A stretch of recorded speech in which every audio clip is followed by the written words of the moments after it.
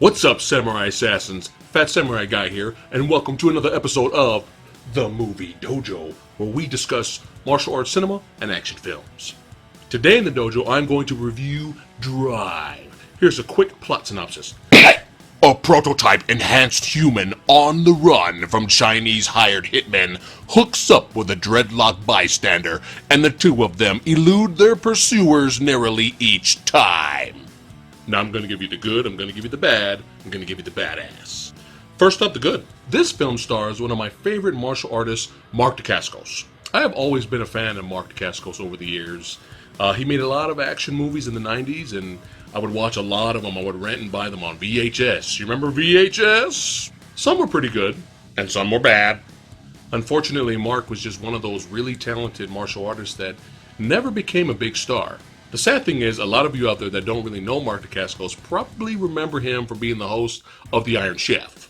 But there is one more ingredient to this battle. Our secret ingredient. Henderson! Garlic! Almonds! Eggnog! Ham! Now, the funny thing is that I actually ran into both lead actors of this movie, Mark and Kadeem Hardison. I attended a sci-fi convention, and that's where I first saw Mark, and he had his own panel or booth on the stage, and he was advertising the very awesome, badass, horror, martial arts fantasy film, Brotherhood of the Wolf. When it was time for open mic, and people in the audience could come up and ask questions, one guy came up and told Mark how much he loved Drive. That was one of his favorite martial arts films, and he considered Drive to be Mark's favorite martial arts movie. I was actually pretty stunned that somebody else knew Drive, that when that guy came up and talked on the mic, I was like, yeah, Drive, yeah, damn it, ain't nobody else cheering, oh, shit. So that was embarrassing, but Mark was very cool, very humble, very laid back, very friendly, and he thanked his fan that came up and gave him props. So this part was actually pretty cool. Another person came up on the mic and asked Mark if he could do some martial arts demos or some stunts for the audience that was attending. Now the guy hosting the panel immediately cut the fan off and said, no. Mark is just attending, okay? He's advertising his new movie. He's not here to do martial arts for the audience or stunts or anything like that. So we need somebody else to come up and, ask him another question. But then jokingly, as the host went to hand the mic to someone else, he kind of jokingly turned, he's like, well, you don't want to see what Mark does anyway, because it's all stunt double, it's all fake, you know what I mean? Everything he does is all fake, it's all camera trickery. And all of the audience in unison was like, oh! And the coolest thing happened. Mark got up and he was like, pointing at the host, right? Now, the panel, okay, was on a stage, okay? So it was about maybe as high as Hellboy, or actually maybe a little bit higher where the Predator poster is in the back, okay? So it was a pretty high stage, and we were right, our chairs were right at ground level, okay? So Mark got up, okay? He didn't have to do any of this, all right?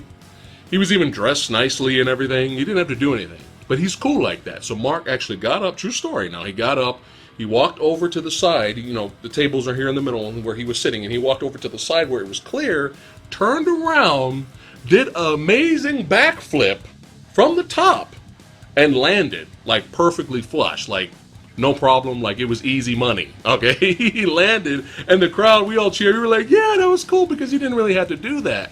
But here's the badass part, okay?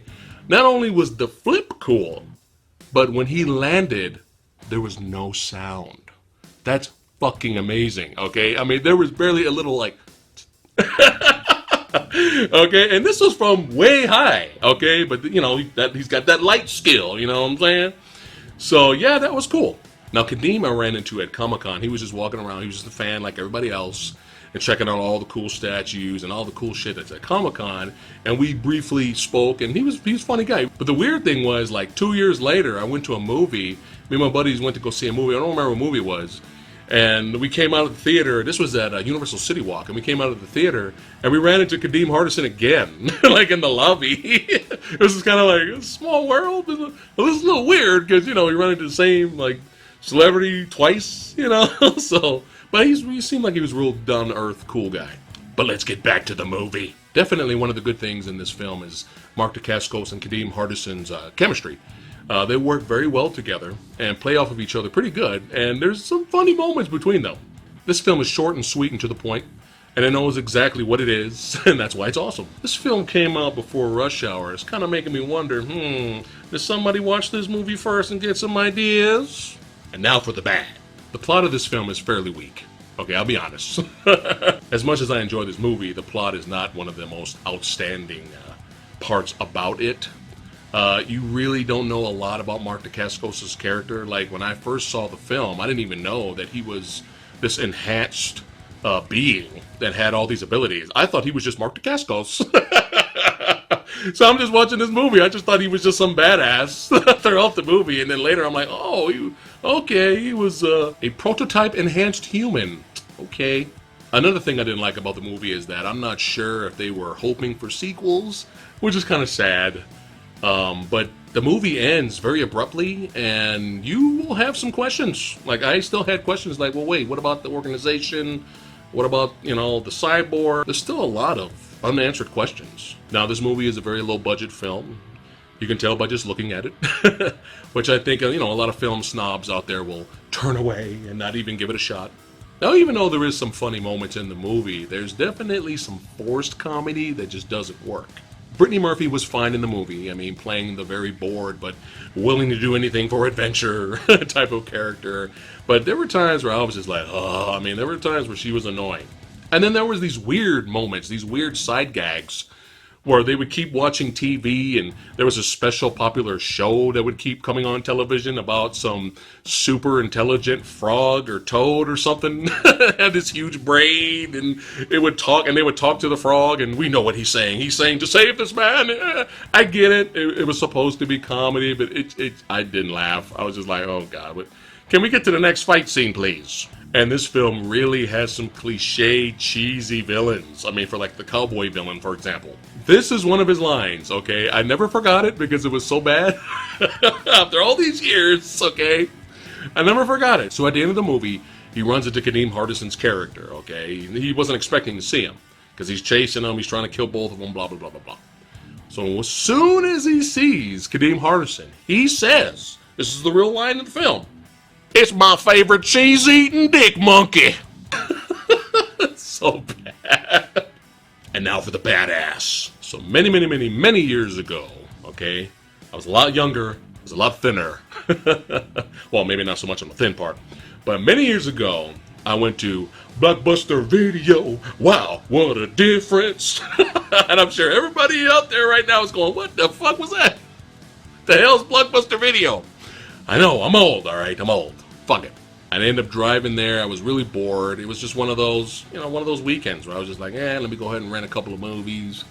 And I ended up renting Drive. I saw Drive on the shelf and had this horrible cover. And I didn't know anything about the movie. All I saw was Mark Dacascos' name. And that was it. That was enough for me to go ahead and rent it. So I rented it. Not really expecting anything special. It was just, your typical straight-to-video movie that you would rent to pass the time. What the fuck, man? I was not expecting Hong Kong-style action sequences. So not only was the fight choreography badass, okay, but we actually had some pretty good wire fu as well. Steve Wayne, the director of the very awesome hidden gem, Guyver Dark Hero, did a great job showing all of the action. And when Mark's doing his thing, we don't get any stupid shaky cam or pointless zoom-ins. And I cannot stress enough how phenomenal Mark Dacascos is in this film. I mean, I really can't argue against fans saying it's his best work. And the film even has time to have one little tiny creative fight sequence where all these guys come at Mark Dacascos with tasers, and Mark takes off his rubber boots, puts it on his hands, rubber boot style, fucking up all the dudes and blocking all the tasers. It was actually an entertaining fight sequence. I was like, hey, great job trying something different. But it's all about the action finale at the end. It just kicks all kinds of ass. Especially when he goes blow for blow, toe to toe with the new improved enhanced prototype. I mean, look at this poster. Look at it. Would you rent this? This looks like a piece of shit. Would you rent this? Okay. So keep in mind, this is what I rented. Was not expecting the kind of action it had. But this was just one of those rare cases where, you don't judge a book by its cover. So overall, yes, The movie's very low budget, it's got some cheesy moments with some cheesy characters, and not all of the comedy works. But to all you samurai assassins out there, all you badasses, I still highly recommend you check it out, at least for the action. Within this type of genre, Drive is definitely a hidden gem. And I give Drive 4 out of 5 ninja stars. That's it for today's episode of The Movie Dojo. If you have seen Drive, let me know what you thought about it in the comments below. And I'll see you guys next week with my review of Crouching Tiger, Hidden Dragon, Sword of Destiny. See you next time. And remember, don't be a cheese-eating dick monkey!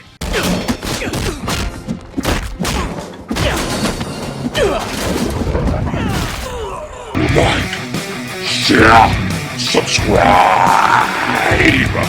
Like, share, subscribe!